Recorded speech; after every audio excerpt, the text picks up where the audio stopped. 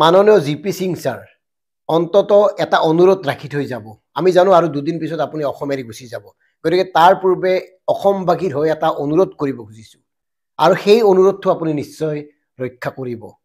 আপোনাৰ এটা সাক্ষাৎকাৰ চালোঁ নিউজ লাইভত, কিদৰে আপোনাক ৰাতাৰাতি অসমলৈ লৈ অহা হৈছিল আৰু তাৰ পিছত কা আন্দোলনটো কিদৰে নিয়ন্ত্ৰণ কৰিছিল এই কথাটো প্ৰত্যেকেই জানে। নিউজ লাইভৰ সাক্ষাৎকাৰটোত এই কথাটোও গম পালোঁ, সেই সময়ৰ বিত্তমন্ত্ৰী মাননীয় ডক্টৰ হিমন্ত বিশ্ব শৰ্মা ডাঙৰীয়া বৰ্তমানৰ মুখ্যমন্ত্ৰী, আপোনাক তেখেতে যে লৈ আহিছিল এই কথাটো স্পষ্ট।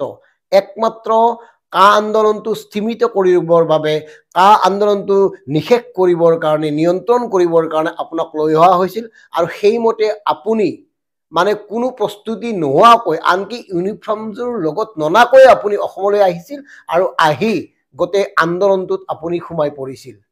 সাক্ষাৎকাৰটোত আপুনি স্পষ্টভাৱে কৈছে আপুনি অসমীয়া ভাষা লিখিব জানে, ক'ব জানে, তাৰ পিছতো সাক্ষাৎকাৰ লওঁতা গৰাকীয়ে আধা ইংৰাজী আধা অসমীয়াত সাক্ষাৎকাৰটো গ্ৰহণ কৰি তেখেতৰ যি মানে জ্ঞানৰ পৰিচয় দিছে তাৰ প্ৰতি আমি তেখেতক ধন্যবাদ জনাইছোঁ, যদিও ইংৰাজীখিনি আমি বুজি পোৱা নাই। যিয়ে নহওক, আমাৰ অনুৰোধটো হ'ল যিহেতুকে আপুনি 2019 চনৰ ডিচেম্বৰত আহিছিল আৰু তেতিয়াই হৈছিল কা আন্দোলন তীব্ৰতৰ, আৰু সেইখিনি সময়ত আপুনি অহাৰ দুদিন পিছতে 5জনকৈ ডেকা ল'ৰা মৃত্যু হৈছিল কা আন্দোলনত অংশগ্ৰহণ কৰি।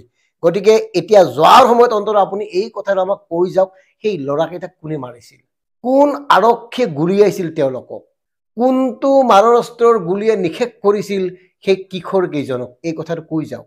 কাৰণ এতিয়ালৈকে আমি গম পোৱা নাই তেওঁলোকক কোনে মাৰিছিল। তেওঁলোকক চৰকাৰে দুৰ্বৃত্ত বুলি কৈছে, চৰকাৰে মানি লোৱা নাই তেওঁলোক যে বিপ্লৱী আছিল, তেওঁলোক যে প্ৰতিবাদী আছিল, তেওঁলোকক বাৰে বাৰে অস্বীকাৰ কৰি থকা হৈছে। অথচ মৃত্যু কেনেকৈ হ'ল এই কথাটো আজিলৈকে পোহৰলৈ নাহিল। প্ৰত্যেকেই দেখিছে, প্ৰত্যেকেই গম পাইছে, প্ৰত্যেককেইজন যুৱকে, 5জন যুৱক গুলীবিদ্ধ হৈছে, গুলীবিদ্ধ হৈ তেওঁলোকে মৃত্যুক আঁকোৱালি লৈছে। অথচ কোনে গুলী কৰিলে, মানৱ অধিকাৰত গোচৰ হ'ল, বিভিন্ন ধৰণৰ তদন্ত হ'ল, তাৰ পিছতো স্পষ্ট নহ'ল আচলতে কেনেকৈ মৃত্যু হৈছিল সেই যুৱককেইজনৰ।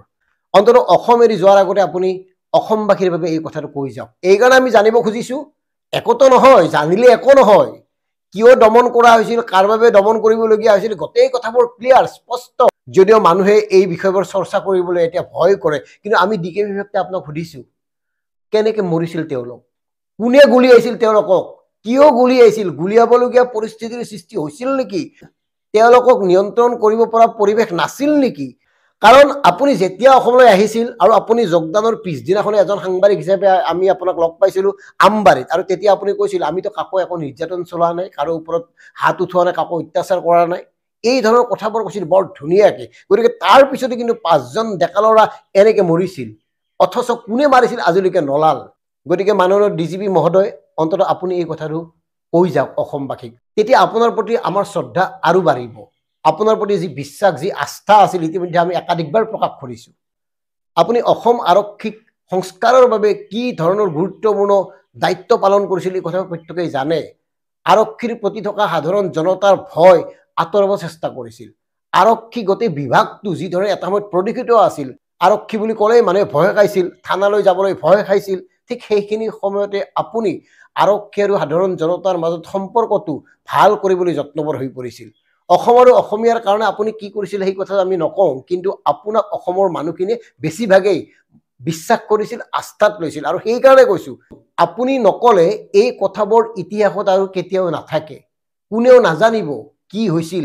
সেই ভয়ংকৰ কলা দিনবোৰৰ কথা এনেকৈ নোহোৱা হৈ যাব, সেই 5জন ল'ৰা এনেকৈ নোহোৱা হৈ যাব, সেই 5জন ল'ৰাৰ পৰিয়ালে এনেকৈ আমৃত্যু জীৱনত এটা ৰহস্যজনক ঘটনা হিচাপে মনত ৰাখিব লাগিব, তাতকৈ আৰু তেওঁলোকে একো নাপাব। গতিকে আশা কৰোঁ আপুনি আমাৰ অনুৰোধ ৰক্ষা কৰিব। ধন্যবাদ।